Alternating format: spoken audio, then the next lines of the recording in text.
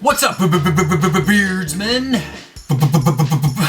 What's up, my fellow beardsmen? It's Drew, and today I'm bringing you another video. This is kind of a multifaceted video. I'm going to be talking about 5 different products that I use on a relatively daily basis for my beard maintenance. I'm also going to be doing it by using my spy glasses, because I've been getting a lot of comments about my spy glasses. Where did I put those?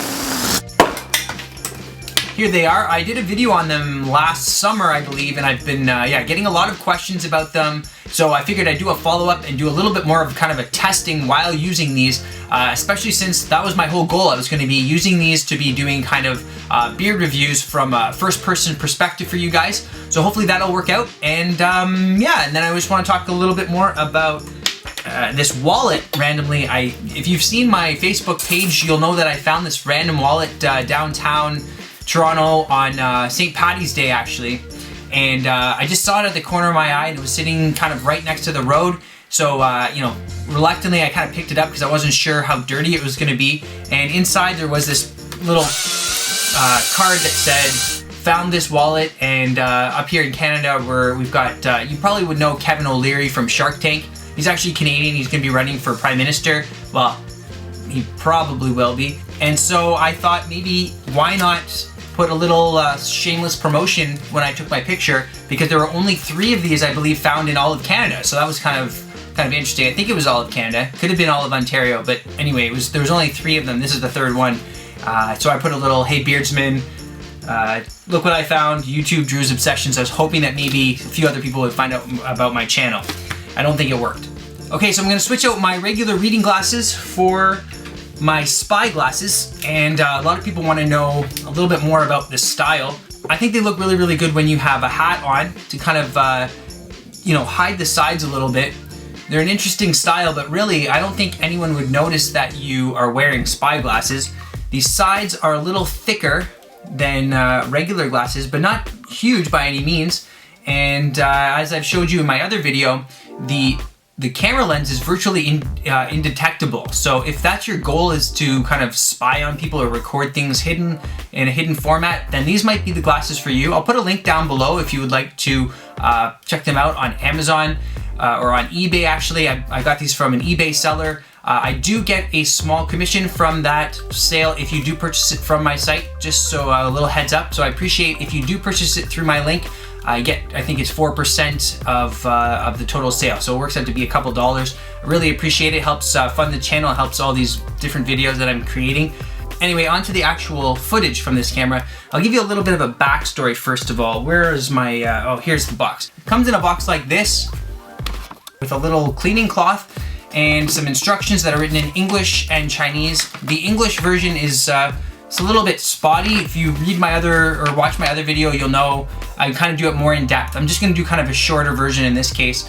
The power duration is 1 to 2 hours, and I've never actually used it that long, but it does, for the amount of time that I've used it, which is not too much, but for a little bit, it's lasted me at least half an hour, so at least that long. It says it shoots in 1920 by 1080, so full HD. You'll see in just a second the quality of this video. It's definitely not HD, but it isn't too bad for being a small camera in the way that it is. Like, it's situated, right in the lens there, right in this little tiny gap. The video format is AVI. It's a 5 megapixel CMOS sensor. And the operating system that you need, it says here, Windows XP, Windows 2000, Windows Vista, Windows 7. So you can kind of get the idea of the age of these, even though they're still selling them new, but they were obviously created a few years ago, or quite a few years ago. I have a Mac, it works perfectly with the Mac. It just, it saves it to a micro SD card, and then you just literally take the files off the card, put them on your computer, and then you can use them for editing.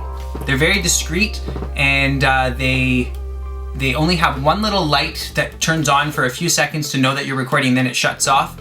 So you have to know that it's recording, or at least hope that it's recording, and then you can stop it whenever you want to. So for the rest of this video, I'm going to shoot, well, not necessarily the rest, but for a lot of this video, I'm going to shoot using these glasses. We're going to take a look at the 5 products that I use on an almost regular daily basis to keep this beard looking great. This is day 85, by the way, I forgot to mention that. And I'm growing this beard for the entire year, if you're not one of my loyal subscribers who already knows that. But let's take a look at my regular routine. The side of the light just blinked 3 times which means it's recording, or at least I hope it's recording, and you can kind of see my setup here. So it's a very, very low-key, low-budget setup. I've got two major lights here which are fueling the entire light of this video. They're just, I think they're 100 watt equivalent CFL bulbs.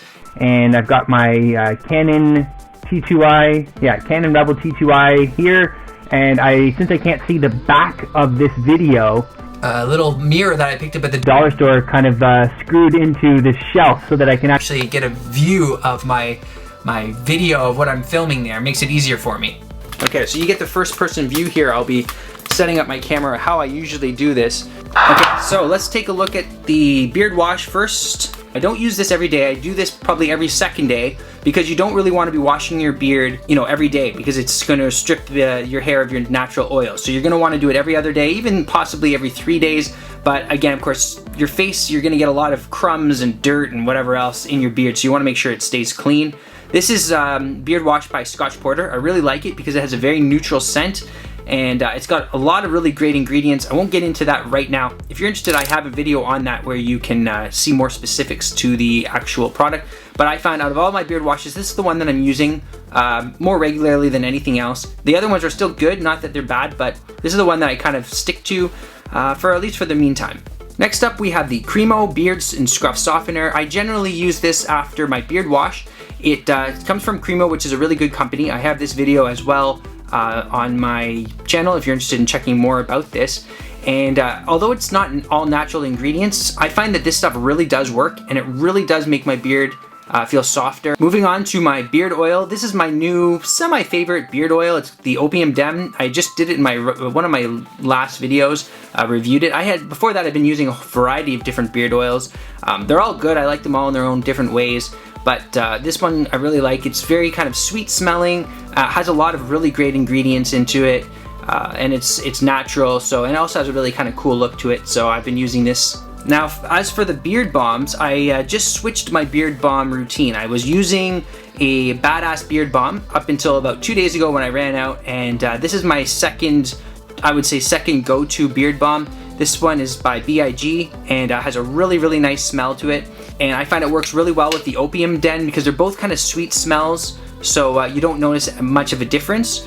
And it works obviously well with the beard wash and the Cremo as well.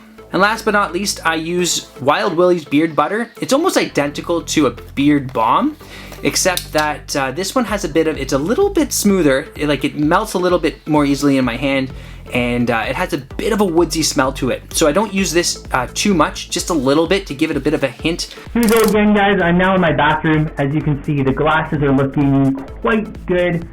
The glass themselves is actually not glass, it's plastic, but I feel it does a good job. Okay, let's use the beard wash first. This is the Scotch Porter. What I'll end up doing usually is just put a small amount, not too much, my hand here, warm up the water.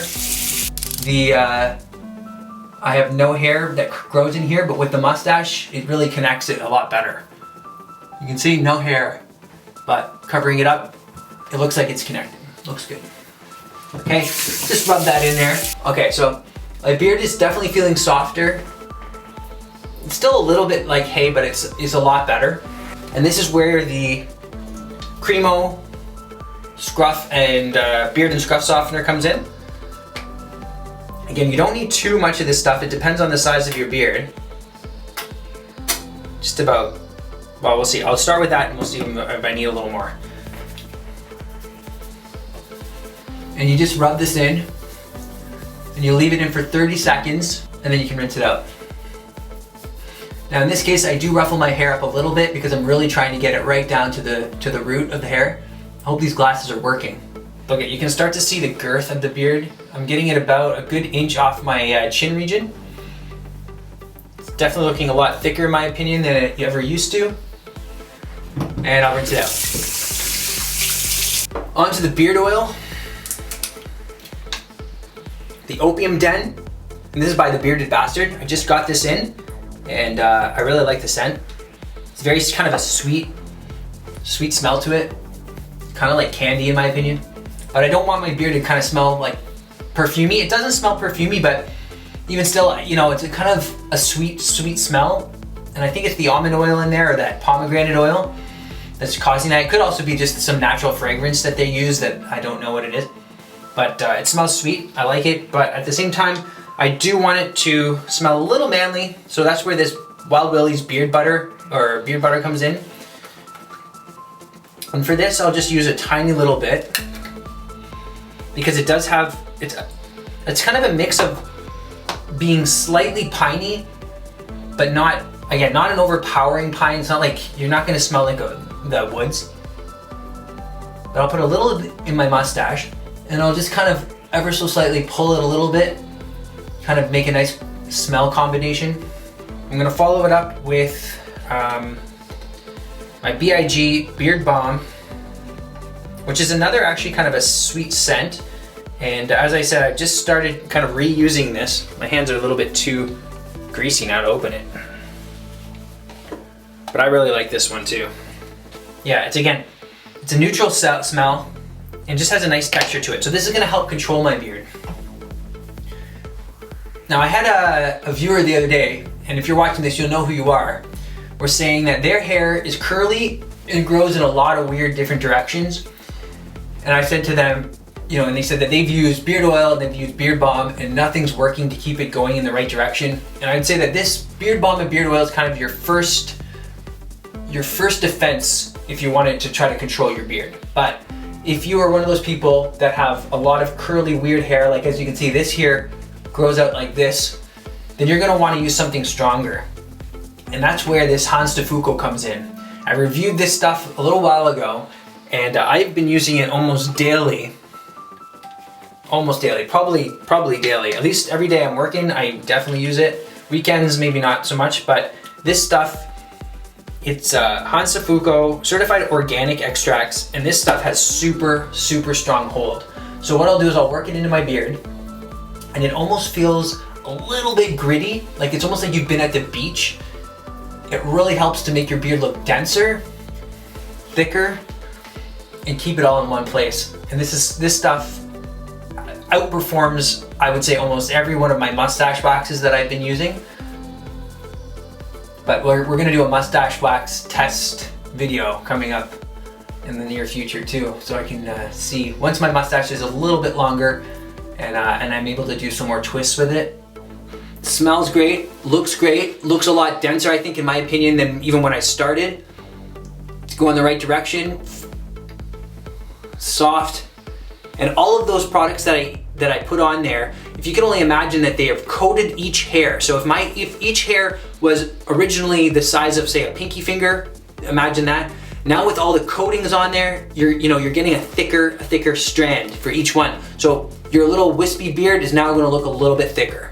Well, there we have it, beardsmen. My daily routine for how I keep this beard looking great. If you enjoyed this video, or you enjoyed the format of the video, how it's a little bit more unstructured, please leave me a comment down below so that I know what direction to kind of keep these videos going in. I really would appreciate a thumbs up if you wouldn't mind doing that as well, and hit that subscribe button so you can stay tuned for my entire year growing project. Thanks for watching.